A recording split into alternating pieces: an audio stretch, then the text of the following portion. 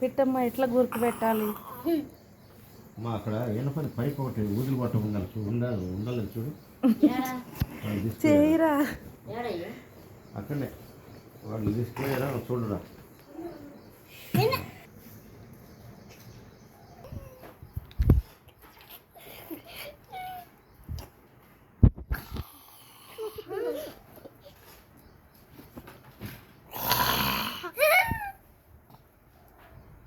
గురకబెట్టమ్మా, గురకబెట్టు. Bennett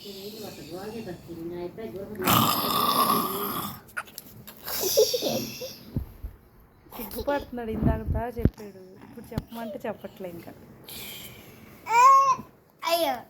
సరే దీని మీద బొబ్బు అట్లా గట్టిగా అనబాకి.